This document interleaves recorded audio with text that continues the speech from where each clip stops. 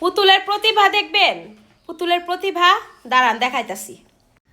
এই যে দেখেন, এই যে পুতুলের প্রতিভা, এই যে ছবিটা দেখেন একটু, পুতুল হাত সরাও আম্মু। এই যে এটা দেখেন, আর এইটা দেখেন, এটা হচ্ছে টিভির ছবি। এই টিভির ছবিটা শুধুমাত্র দেখা দেখা পুতুল এই যে এরকম আঁকাইছে।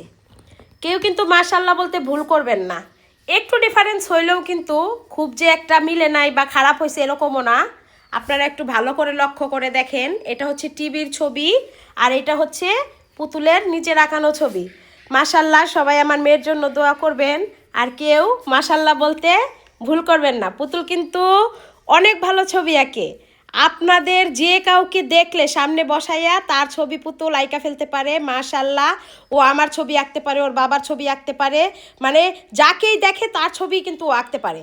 মাশাল্লাহ মাশাল্লাহ মাশাল্লাহ, কেউ কিন্তু মাশাল্লাহ বলতে ভুল করবেন না, মোটেও না। এই যে মাশাল্লাহ, দেখছেন প্রতিভা কাকে বলে?